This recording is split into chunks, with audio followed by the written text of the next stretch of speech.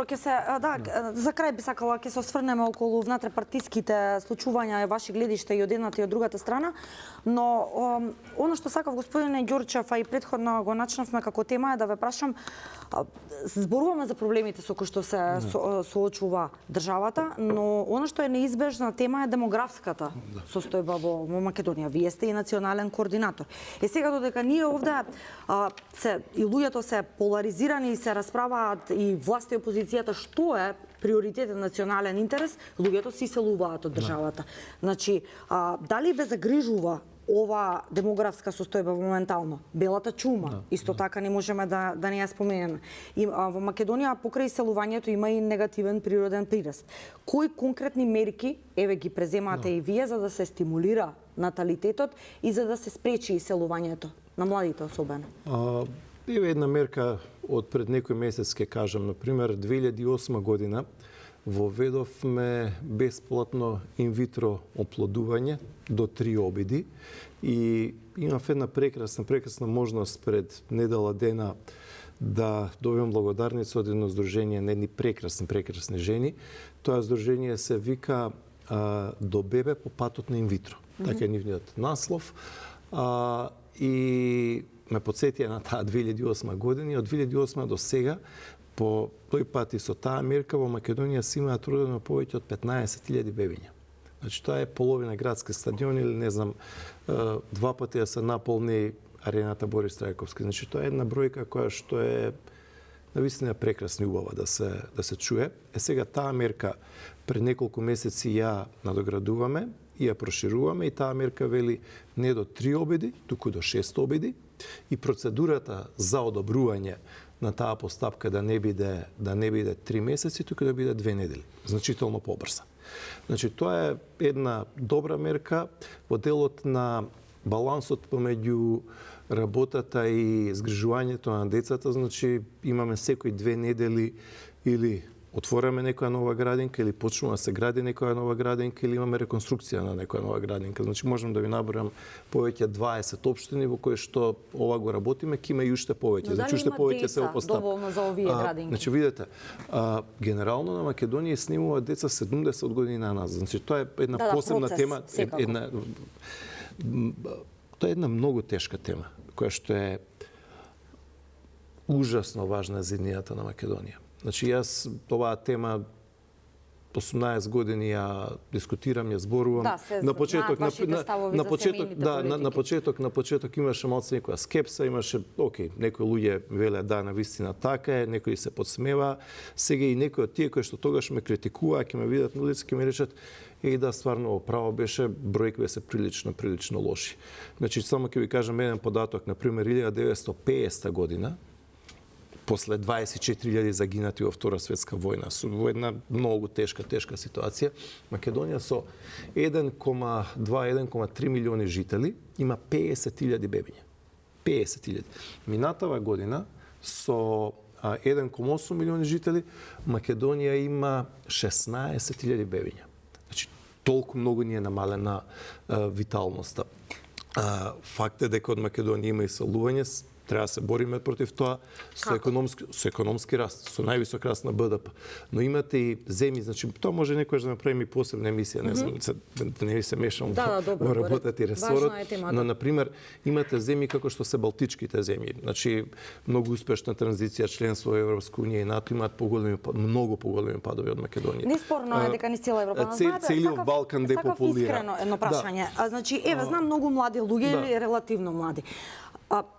Најпросто прашање е како млад брачен пар, еве да речеме, во Македонија да оформи семејство, ако тој млад брачен пар најпрво не може да има доволно средства за кредит воопшто да уплати, па тој кредит да го исплаќа, па потоа да размислува за евентуално раѓање деца или многодетно семејство, она за што вие се залагате.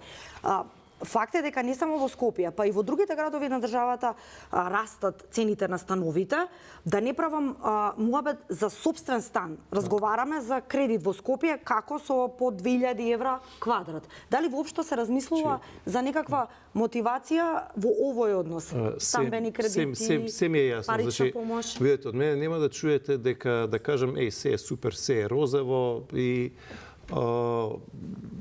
не знам, уште еднаш да речем, Да, не затоа знам, ние разговараме што е живееме во стратегијата. Скандинавија. Не.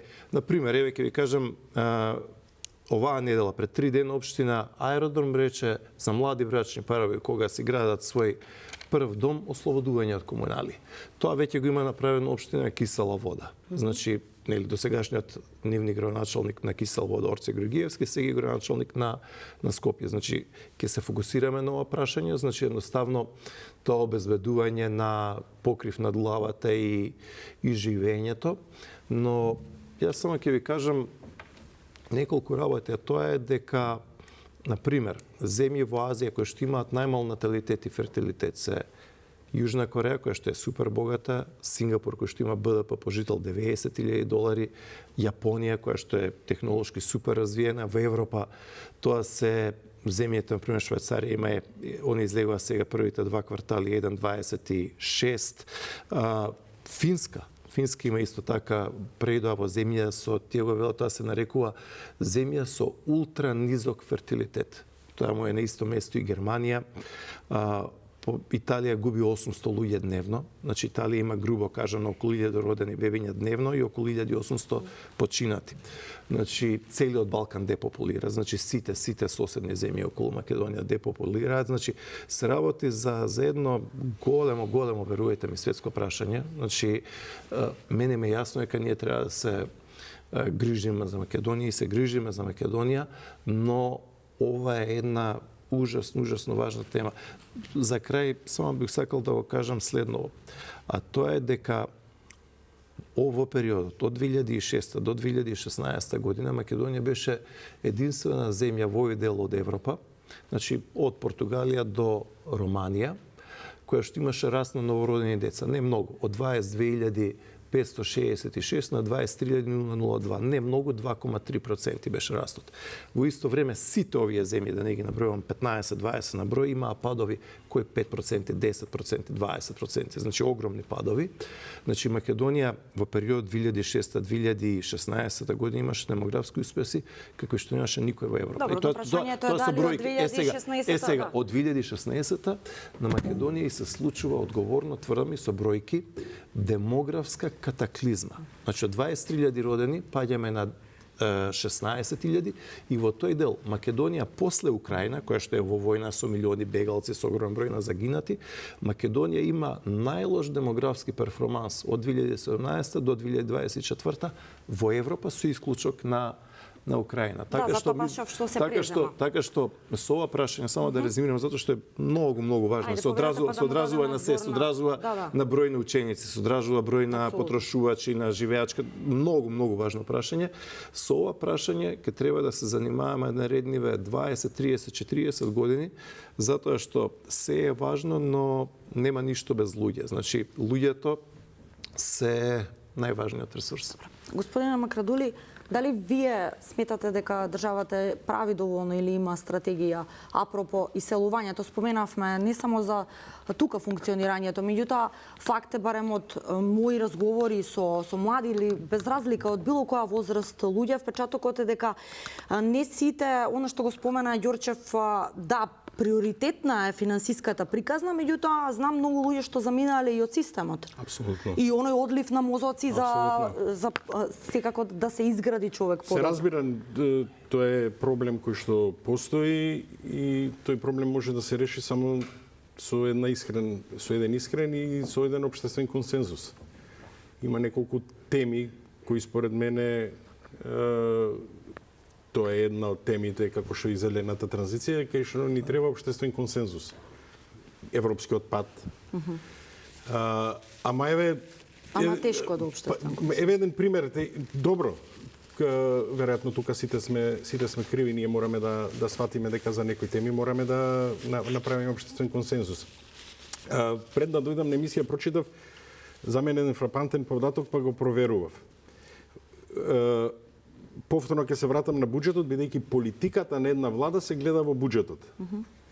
Таму има, замислете, неверојатен податок, дека има 7,3 милиони евра помалку за студентски трансфери. За студентскиот стандард и помошта што се дава. фрапантна бројка или фрапантна скратување на нешто што треба да ги стимулира младите да останат, зборувам за таа една генерација која што е одлив на мозоци за кој што Сега зборувате. некакви ваучери се споменуваа од премиерот за Гледаме за што се студентите. случува со ваучерите исто, но оваа бројка е навистина фрапантна и апелирам владата да поразмисли кој ќе врати тој предлог во владата после расправата во собранието. Навистина ова е катастрофална ситуација, бидејќи како велат, вие може да ги држите во граница младите, ама нивниот сон се држи со почитување на нивниот квалитет, на нивниот талент, на нивните вештини. Ние, ако им скратиме условите во кои што тие студираат, не ќе им е битна за која плата ќе работат, туку како што велите, тој ќе оди да го бара системот каде што нема неговиот талент да се кочи, каде што неговиот квалитет ќе дојде до израз. И затоа исто има една политичка мисла, наместо да градите згради, градете во соништата на младите.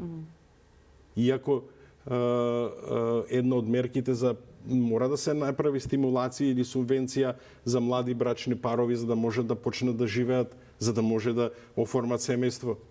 Не да тоа го направа, да се чудат како па после и да бараме од нив и многу детни семејства. Значи мора да има услови да им пружите на своите деца. Да, поентата не е да направиш само дете, тоа дете треба да се изгледа. Да, и во онај општествен консензус на кој што апелирам, што правиме со војнината, тие млади што ќе прават ако сакаме да ги оставиме овде? Според податоци на Обединетите нации во 2028 веќе во 2030 година 40% од работните места ќе бидат афектирани од вештачката интелигенција. Ние нешто правиме за тоа. Не учиме колку овци има у Перу. Јас учев за тоа и се провлекува тоа. Ние вештините за кои што треба луѓето кои што се сега средно факултет кои што ќе се судрат со едни нови вештини кои што се потребни, не гледам дека се прави нешто на тоа. И сега ќе дојде представникот владата, советник во владата и ќе рече дека граначалникот Орце Ѓорѓевски кој бил во кисела вода инвестирал во зграда за млади брачни парови, за кој што во кампањата видовме дека на тоа место не постои зградата. Ама на кој му помага таа констатација? На никој. Дај да седнеме да се договориме. Треба ли да направиме зелена транзиција? Зелената транзиција ќе отвори најмалку 10.000 работни места. Ние сега ако се врзавме за јагленот како слеп за стап. Дали ги трансформираме нашите наставни процеси и наставни предмети кон примена на вештачката интелигенција? Да, образованието е тема само по себе. Но сето тоа, дали имаме субвенции за младите брачни парови? Дали, ама тоа се прави не со некои лажни ветувања. Заврши изборите, еве да ги оставиме. Изгуби се да сама многу катастрофа. Ама резултатите, дајде да ја работиме на тоа. До двајцата, она што е еден дел од проблемот е и прашање на многумина е кога вистински компетентните и луѓе што заслужиле да имаат свое место под ова небо, вработени согласно тоа што имаат да го понудат на државата, без партиска книшка или ветен глас ќе добијат своевидно место. Значи, постојано сме зборувале за Бадентер, Балансер, низ етничка призма, меѓутоа, де факто, луѓето заминуваат и во овој однос. Не само затоа што не можат да се реализираат, туку затоа што сакаат некакво подобро утре, каде што нема некој фигуративно кажано со пиштол на чело да им стои па гласајте за овие или гласајте за оние, па ќе имате место или нема да имате место. Да. Вака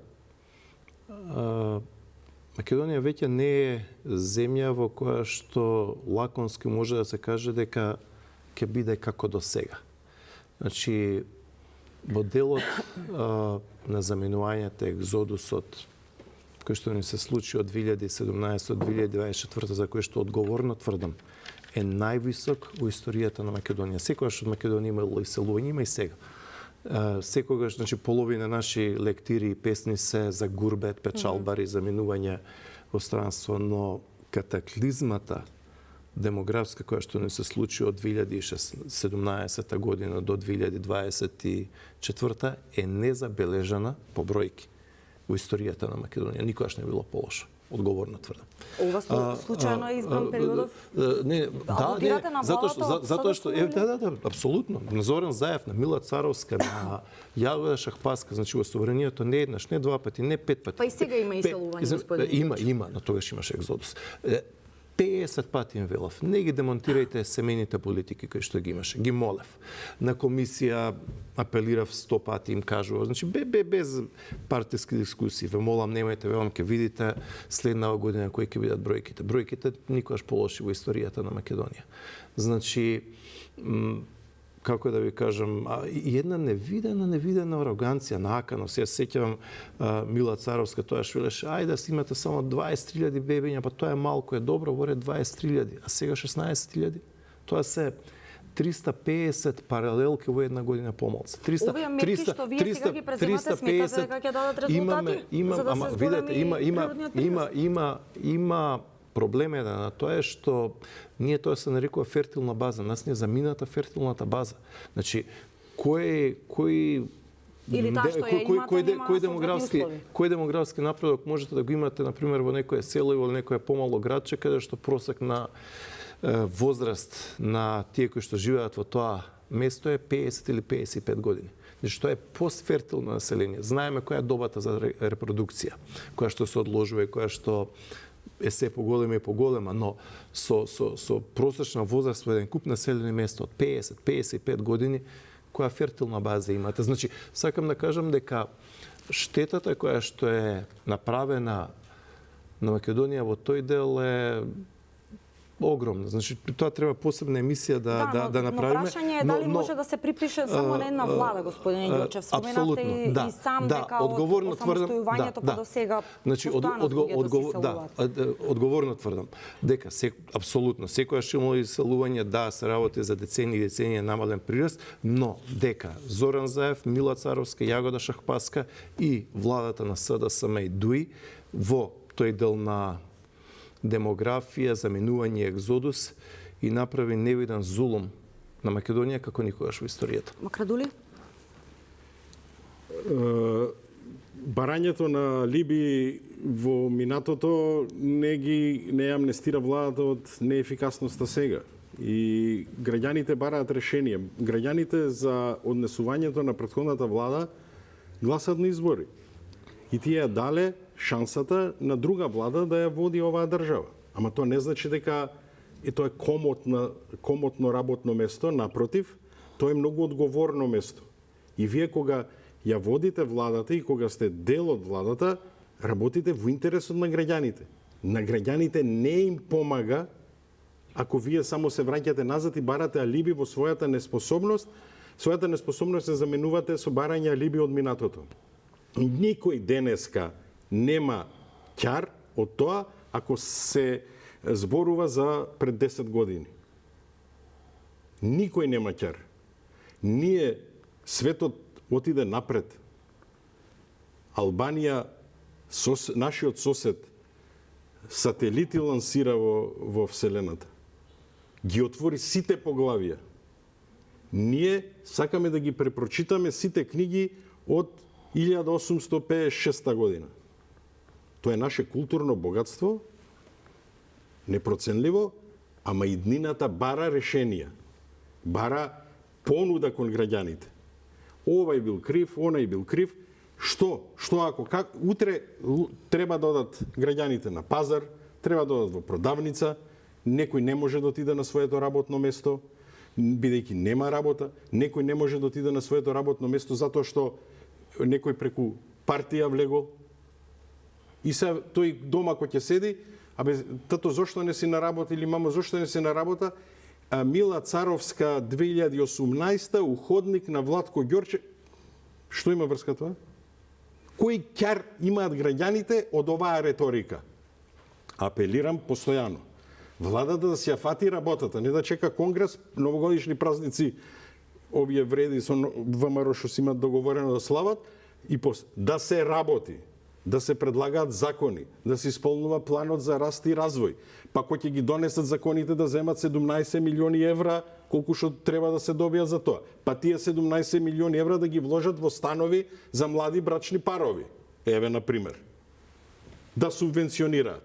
Па кој ќе ги завршат другите закони да земат пари, ама не за избори да ги поклопуваат, туку да не да се задолжуваат со унгарски кредити. Зошто денес во Тирана не го спомна унгарскиот кредит премиерот? Зошто? Зошто таму има многу пари, ама таму треба да ги завршите врските. Да, условено е дефакто. Ама се сложувам, ама нема зијан ако се случат реформи во правосудството, реформи во образованието, зелена транзиција. Зошто не се носи законот за климатска акција? Зошто? Еве, тоа ќе ни донеси пари, да. Зошто не го правиме тоа? Пак имаме да вложуваме и во градинки, во станови за млади брачни парови, и во подобрување на стандардот. Да, за крај прашањето ми е оваа политичка поларизација и различна призма која што и вечерва може да се слушна, дали воопшто може во државава да се направи некаква национална стратегија во која што ќе бидат вклучени сите чинители, без разлика кој од која партија доаѓа? Што може да понуди ВМРО ДПМН, што може да понуди СДСМ, освен овие партиски математики што досега ги правиме, кој колку изгубил, кој, значи на каква катарза му треба на општеството, владата, опозицијата генерално за оваа држава да стане попристојно место за живење и граѓаните да имаат пристоен живот, а не секојдневие со борба и врзување едва и крај со крај. Ѓорчев, повелете. Зборовите ветер ги вее, делата остануваат. Значи, делата нека зборуваат. Ако сме ние земја во која што секои 2 недели ќе се пушта некој објект, тогаш ќе бидеме успешни. Тоа го правиме и го работиме. Ако пуштаме патишта, автопатишта, тогаш тоа ќе биде подобро за сите луѓе ќе возат, ќе бидат некаков фаер. Ако ги зголемуваме пензиите, тогаш пензионерите ќе бидат некаков фаер. Ако даваме ваучери за студентите да си набават компјутери и таблети, тогаш тоа ќе биде нешто што ќе им биде корисна вештина за целиот нивни живот. Така што сите овие работи кои што се ги зборат од се има и за зелени политики можеш и Каја Шукова да ги спроведува и цела дузина нивни министри од СДСМ и од ДУИ, и не баш многу се направи. А тоа дека последиците ги живееме, да, ги живееме. Па оваа 2025 година нас не се првачиња децата родени 2019, кои што ги нема доволно. Затвораме паралелки поради тоа. Не може да ги наполниме школи без со деца. И понатаму ќе имаме уште помалци и помалци, затоа што падна и 18 година, и 19 и 20, значи до година ќе видат првачиња децата родени 2020. Уште помалца ги има, па 21 ги има уште помалца. Значи, тоа се последици, тоа е едно ехо од едно уништување на Македонија кое што се случи, кое што последици ќе ги чувствуваме со години, со децени. Но не треба да ламентираме, животот оди понатаму, не смееме да кренеме раце сами од себе. Значи, да, треба да кажеме, тешко е, имаме еден куп работи кои што треба да се споредуваат, ќе го работиме тоа упорно, постојано, работливо, скромно, но не смееме да паднеме во некоја летаргија или нихилизам и да кажеме ништо не чини, ќе дигнеме раце, се е катастрофа. Ќе работиме на еден куп работи од овие. Кажав за инвитро, кажав за градинките.